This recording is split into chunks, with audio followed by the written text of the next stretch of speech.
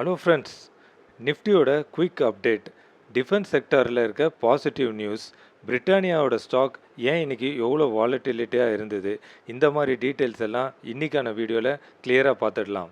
Nifty 50 morning opening சரியில்லாமல் இருந்தாலும் finishing நல்லாவே கொடுத்துருக்கு.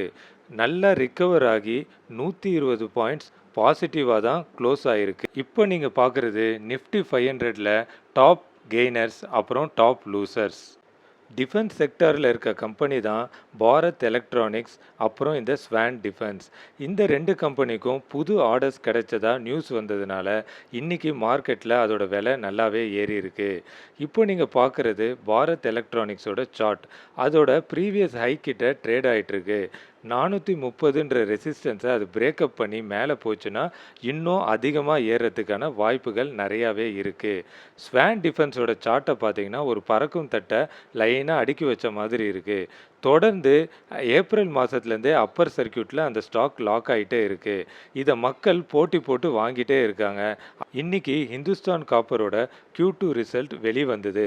அதோட ரிசல்ட் சிறப்பாக இருந்தனால இன்வெஸ்டர்ஸ் அதோட விலையை இன்னைக்கு மேலே ஏற்றி அவங்க சந்தோஷத்தை வெளிக்காட்டியிருக்காங்க.